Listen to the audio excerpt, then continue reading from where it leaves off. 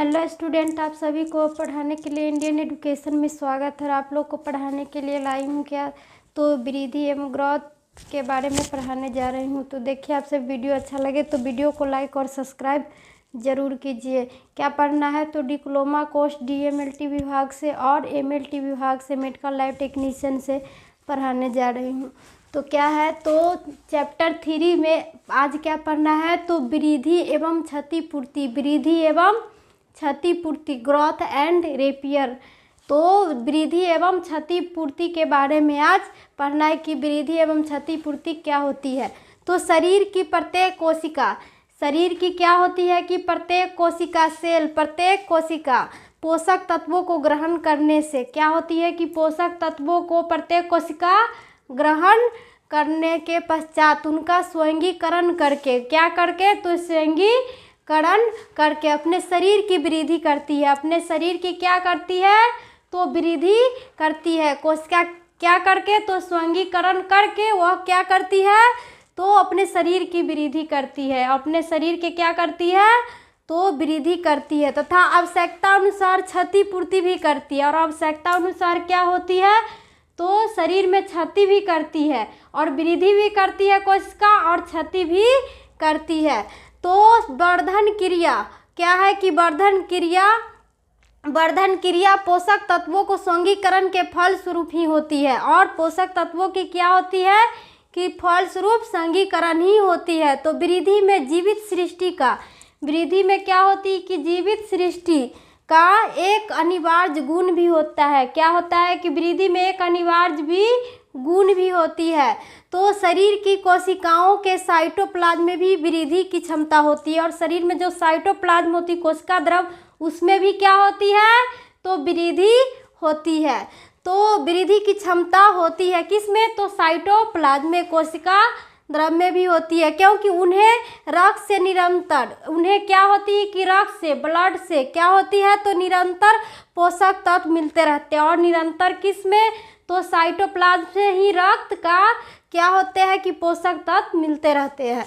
तो पोषक तत्वों में प्रोटीन, पोषक तत्व में क्या होते हैं तो प्रोटीन, वसा, लिपिड, ये कार्बोहाइड्रेट, ये सभी प्रमुख है। ये सभी क्या है तो प्रमुख है। तो किस में तो कोशिका द्रव में ही रक्त, और रक्त में ही मिलकर क्या होते हैं कि बहुत सारे पोषक तत्व भी होते हैं। जो क्या होते हैं कि पोषक तत्व में प्रोटीन, वसा और कार्बोहाइड्रेट भी एक प्रमुख है। तो चूंकि शरीर में निरंतर क्रियाशील रहता है और प्रमुख है कि क्या कि पोषक तत्व शरीर में भी क्या होती है कि निरंतर क्रियाशीलता होती रहती है। शरीर में क्या होती है कि निरंतर क्रियाशीलता होती, वृद्धि होती रहती है।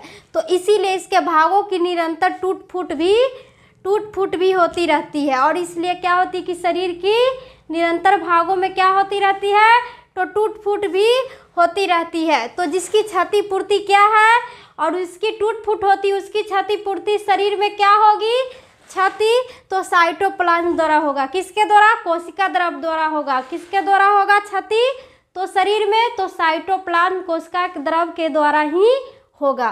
तो यही क्या है वृद्धि एवं क्षतिपूर्ति। तो ये हो गया प्रजनन। अब क्या पढ़ना है कि प्रजनन, रिप्रोडक्शन किसको कहेंगे, प्रजनन, रिप्रोडक्शन। तो अपनी जाति को क्या करना है कि अपनी जाति को उत्पन्न करना, अपनी जाति को ही उत्पन्न करना सभी प्राणियों का गुण है। अपनी जाति को, सभी प्राणियों को क्या करना गुण है तो उत्पन्न करना ही गुण है। सभी जाति, अपनी जाति को, सभी को उत्पन्न करना ही क्या है तो प्रमुख गुण है। तो यही प्रकृति का नियम है। यह क्या है कि प्रकृति का नियम है। तो यही क्या है प्रजनन, रिप्रोडक्शन।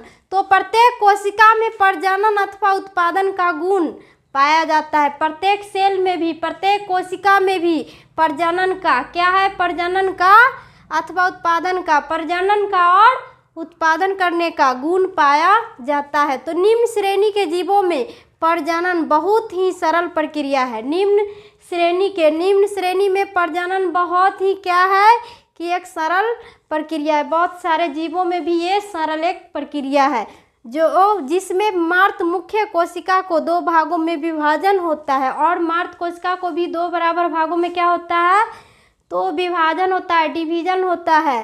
तो ये उच्च श्रेणी के जीवों में, और किस श्रेणी के जीवों में, तो उच्च श्रेणी के जीवों में, अर्थात मानव शरीर में प्रजनन, मानव शरीर में भी क्या होती है कि प्रजनन होती है, और कोशिका 2 भागों में विभाजन होती है, और कोशिका सेल 2 बराबर भागों में क्या हो जाती है, तो विभाजन होती है। तो यही प्रक्रिया क्या होगा कि मानव शरीर में प्रजनन जटिल प्रक्रिया द्वारा होता है। मानव शरीर में प्रजनन किसके द्वारा होता है, तो जटिल प्रक्रिया द्वारा ही होता है। तो ये कोशिका विभाजन में भी होगा, ये कोशिका 2 बराबर में भागों में बट जाता है। तो ये क्या होगा कि प्रजनन रिप्रोडक्शन, जो क्या होगा कि बढ़ने की क्षमता को ही प्रजनन रिप्रोडक्शन कहा